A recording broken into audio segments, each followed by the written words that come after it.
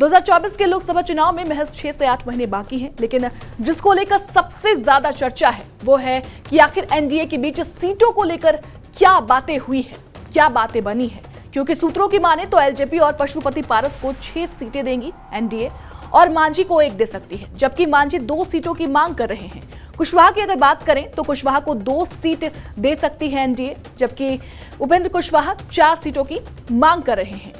सूत्रों की माने तो एनडीए बिहार में खुद 31 सीटों पर चुनाव लड़ना चाह रही है। देखिए, बीजेपी ने लोकसभा चुनाव में 2019 की बात करें तो 2019 के नतीजे को दोहराने की रणनीति तैयार कर ली है। 2019 में एनडीए गठबंधन ने बिहार की 40 लोकसभा सीटों में से 39 पर जीत दर्ज की थी। बीजेपी ने 2024 को लेकर मिशन बिहार में अपनी पूरी ताकत झोंक दी है।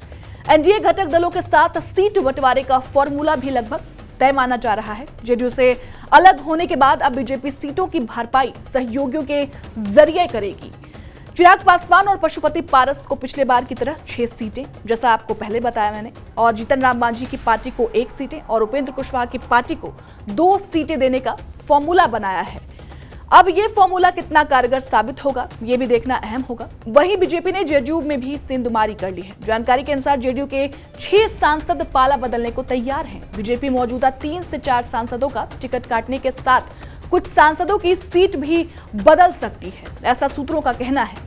बिहार में लोकसभा की 40 सीटें हैं। बीजेपी नेता अमित शाह का दावा है कि 2024 के आम चुनाव में एनडीए सभी सीटों पर जीत हासिल करेगा, लेकिन 2019 के आम चुनाव में बीजेपी को 39 सीटें मिली थी। लेकिन तब से अभी तक की जो स्थितियां हैं, दोनों स्थितियों में बदलाव हुआ है, काफी बदल चुकी है स्थितियां। अभी की अगर बात करें तो बिहार के मुख्यमंत्री नीतीश कुमार के रूप में एनडीए की सीटों का एक बड़ा हिस्सा बीजेपी से दूर हो चुका है।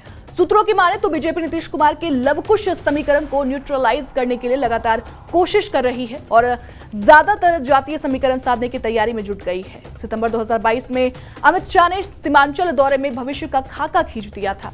अब जो तस्वीर धीरे धीरे सामने होने लगी है। अमित शाह ने कहा था कि बीजेपी 2024 के लोकसभा चुनाव के बाद 2025 के विधानसभा चुनाव के लिए अपना मुख्यमंत्री चेहरा घोषित करेगी। जब संजय जायसवाल को हटाकर सम्राट चौधरी को बिहार प्रदेश अध्यक्ष बनाया गया था, बीजेपी ने कमान सौंपी थी बिहार की, तो इसे बीजेपी की तरफ से मुख्यमंत्री के चेहरे के तौर पर भी दिखाया जाने लगा था।